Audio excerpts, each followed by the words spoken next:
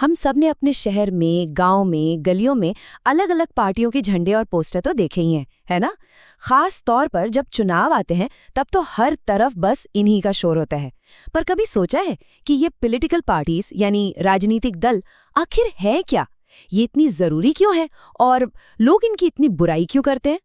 देखिए, ये चैप्टर सिर्फ एग्जाम के लिए नहीं बल्कि एक जिम्मेदार नागरिक बनने के लिए भी बहुत जरूरी है। तो इस पूरे चैप्टर का सबसे बड़ा सवाल यही है, क्या लोकतंत्र को चलाने के लिए पॉलिटिकल पार्टी सच में जरूरी है?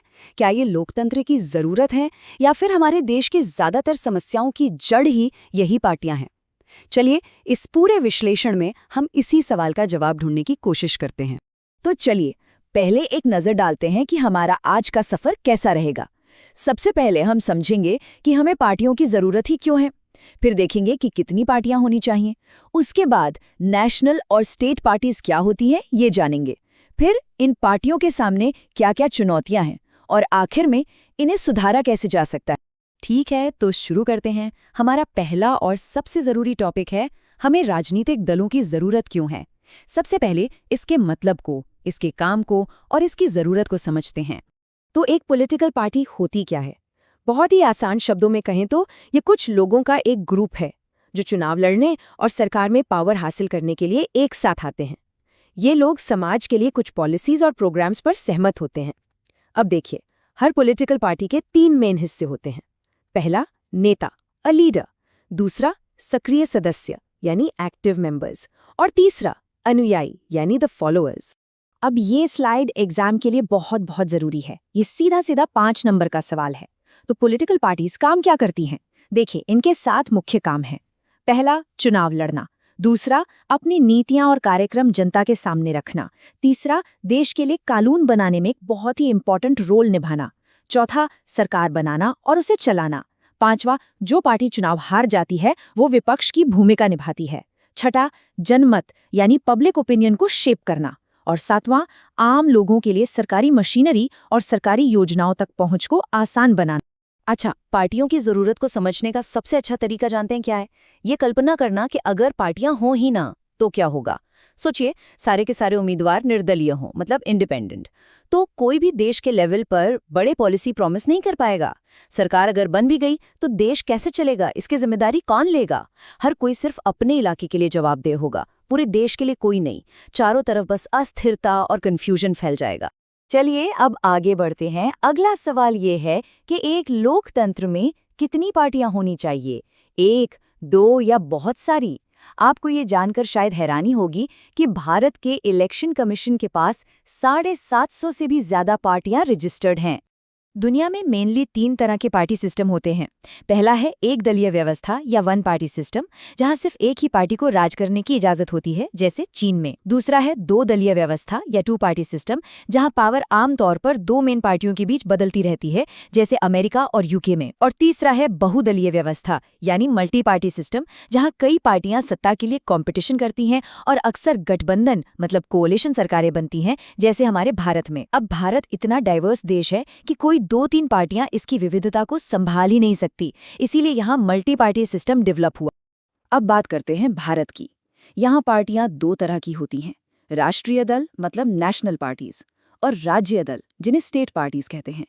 इलेक्शन कमीशन इन पार्टियों को मान्यता देने के लिए कुछ खास नियम बनाता है। तो सवाल ये है कि किसी पार्टी को नेशनल पार्टी का दर्जा कब मिलता है? इलेक्शन कमीशन ने इसके लिए 2 शर्तें रखी हैं, ध्यान से सुनिएगा। पहली शर्त, उस पार्टी को लोकसभा चुनाव में या फिर किन्हीं 4 राज्यों के विधानसभा चुनावों में कुल वोटों का कम से कम 6% वोट मिला हो। और दूसरी शर्त यह है कि उसे लोकसभा में कम से कम 4 सीटें जीतनी ही होंगी। इसको याद रखिएगा, ये MCQ में पक्का पूछा जाता है। तो 2023 की नोटिफिकेशन के हिसाब से भारत में 6 मान्यता प्राप्त राष्ट्रीय दल हैं। पहली, भारतीय जनता पार्टी यानी बीजेपी, जो सांस्कृतिक राष्ट्रवाद पर जोर देती है। दूसरी, भारतीय राष्ट्रीय कांग्रेस INC, जो धर्मनिरपेक्षता और कमजोर वर्गों के कल्याण की बात करती है। तीसरी, बहुजन समाज पार्टी BSP, जो दलितों और पिछड़े वर्गों का प्रतिनिधित्व करती है। चौथी, CPIM, जो मार्क्सवाद, लेनिनवाद और समाजवाद की विचारधारा को मानती है। पांचवी आम आदमी पार्टी AAP, जिसका फोकस साफ सुथरे प्रशासन पर है, और छठी नेशनल पीपल्स पार्टी NPP, जिसका ध्यान मुख्य रूप से नॉर्थ ईस्ट इंडिया पर है। अच्छा, नेशनल पार्टीज के अलावा ये नक्शा दिखाता है कि भारत में कई राज्य स्तरीय दल भी हैं, जिन्हें हम क्षेत्रीय दल भी कहते हैं। पिछले कुछ दशकों में इन पार्टियों की संख्या और ताकत दोनों बढ़ी है, जिससे भारतीय राजनीति में विविधता आई है और हमारा संघवाद यानी फेडरलिज्म और मजबूत हुआ है। देखिए, पार्टियां लोकतंत्र के लिए जरूरी तो है, लेकिन उनमें सब कुछ ठीक नहीं है। पॉलिटिकल पार्टीज को आज कई सीरियस चैलेंजेस का सामना करना पड़ रहा है। ये एक और 5 नंबर का गारंटीड सवाल है, तो इसे ध्यान से समझिएगा। 4 मुख्य चुनौतियां हैं। पहली, पार्टियों के अंदर लोकतंत्र की कमी। सारी पावर कुछ बड़े नेताओं के हाथ में सिमट कर रह जाती है। अब सोचिए, जब पार्टी के अंदर ही डेमोक्रेसी नहीं होगी तो क्या होगा? वंशवाद बढ़ेगा। यही है दूसरी चुनौती, डायनास्टिक सक्सेशन, जहां बड़े नेता अपने परिवार के लोगों को ही आगे बढ़ाते हैं, जिससे एक आम कार्यकर्ता के लिए आगे बढ़ना नामुमकिन सा हो जाता है। तीसरी चुनौती है चुनाव में पैसे और ताकत का बढ़ता इस्तेमाल। और चौथी चुनौती है वोटर्स के लिए सार्थक विकल्पों की कमी, क्योंकि आजकल बड़ी पार्टियों की नीतियों में कोई खास अंतर रह ही नहीं गया है। तो भाई, इन चुनौतियों का समाधान क्या है? इन पार्टियों में सुधार कैसे किया जा सकता है? ये एक बहुत ही जरूरी सवाल है। चलिए, हमारे देश में हुए कुछ हालिया प्रयासों और दिए गए सुझावों पर एक नज़र डालते हैं। कुछ सुधार तो किए गए हैं, जैसे दल बदल को रोकने के लिए कानून एंटी डिफेक्शन लॉ बनाया गया है। अब उम्मीदवारों के लिए अपनी संपत्ति और क्रिमिनल केसेस का ब्यौरा देना जरूरी कर दिया गया है। इलेक्शन कमीशन ने भी पार्टियों को अंदरूनी चुनाव कराने का आदेश दिया है। इसके अलावा कुछ सुझाव भी हैं, जैसे पार्टियों के अंदरूनी कामकाज को कंट्रोल करने के लिए कानून बनाया जाए, महिलाओं को कम से कम 1/3 टिकट दिए जाएं और चुनाव का खर्चा सरकार उठाए ताकि पैसों का गलत इस्तेमाल रोके। चलिए, अब सबसे जरूरी पॉइंट्स को स्टार मार्क कर लेते हैं, इनको भूलना नहीं है। पॉलिटिकल पार्टी की परिभाषा, ये 1 नंबर के लिए जरूरी है। पार्टियों के 7 काम और 4 चुनौतियां, ये दोनों 3 या 5 नंबर के गारंटीड सवाल हैं। ये एग्जाम में आएंगे ही आएंगे। नेशनल पार्टी बनने की शर्त, 6% वोट और 4 लोकसभा सीटें, ये MCQ के लिए फेवरेट हैं। और सुधारों में दल बदल कानून और एफिडेविट वाला नियम जरूर याद रखना है। आप थोड़ा दिमाग पे जोर डालिए और इन सवालों के जवाब सोचिए। पहला, भारत में इतनी विविधता है तो यहाँ मल्टी पार्टी सिस्टम क्यों बना? दूसरा, पार्टी में अंदरूनी लोकतंत्र की कमी से वंशवाद कैसे पैदा होता है? और तीसरा, एक आम आदमी के लिए किसी सरकारी अफसर के पास जाने से ज्यादा आसान किसी लोकल नेता के पास जाना क्यों होता है? आइए अब देखते हैं कि बोर्ड एग्जाम में इस चैप्टर से कैसे सवाल आ सकते हैं। 1 नंबर में पार्टिसन यानी पक्षपात या डिफेक्शन यानी दल बदल की परिभाषा पूछ सकते हैं। 3 नंबर में पॉलिटिकल पार्टीज के कोई 3 काम लिखने को आ सकते हैं।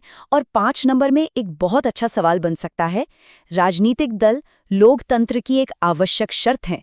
इस लाइन का विश्लेषण करें। चलिए एक छोटी सी एक्टिविटी करते हैं। जरा कल्पना कीजिए कि आपने एक भीड़ को पार्टी के झंडों के साथ नारे लगाते हुए देखा। वो पार्टी का कौन सा काम कर रहे हैं? सोचिए। सही जवाब है, वो जनमत का निर्माण कर रहे हैं। अब एक और सिचुएशन। चुनाव के बाद कई पार्टियां मिलकर सरकार बनाती हैं। इसे क्या कहते हैं? इसका जवाब है गठबंधन सरकार। इस चैप्टर में कुछ ऐसी बातें हैं जहां स्टूडेंट्स अक्सर गलती कर देते हैं। अलायंस और कोalition में फर्क समझिए। अलायंस चुनाव से पहले बनता है, जबकि कोalition चुनाव के बाद सरकार बनाने के लिए। दूसरी गलती, नेशनल और स्टेट पार्टी बनने की शर्तों को आपस में मिलाना नहीं है। और सबसे जरूरी, याद रखिए, पार्टी में लोकतंत्र की कमी कारण है और वंशवाद उसका असर है। Cause and effect. चलिए परीक्षा से ठीक पहले पूरे चैप्टर का 5 मिनट में रैपिड रिवीजन करते हैं। पार्टी, चुनाव लड़कर सत्ता पाने वाला ग्रुप। फंक्शंस, चुनाव, नीतियां, कानून, सरकार, विपक्ष, जनमत और पहुंच। सिस्टम्स, 1 दलीय चीन, 2 दलीय USA, बहुदलीय Bharat. National party, 6% vote plus 4 Lok Sabha सीटें। चुनौतियां, लोकतंत्र की कमी, वंशवाद, पैसा ताकत, विकल्पों की कमी। सुधार, दलबदल कानून, एफिडेविट, सरकारी फंडिंग का सुझाव। और आखिर में मेरी तरफ से कुछ फाइनल एग्जाम टिप्स। लंबे उत्तर वाले सवालों के लिए पॉलिटिकल पार्टीज के फंक्शंस और चैलेंजेस पर सबसे ज्यादा फोकस करें।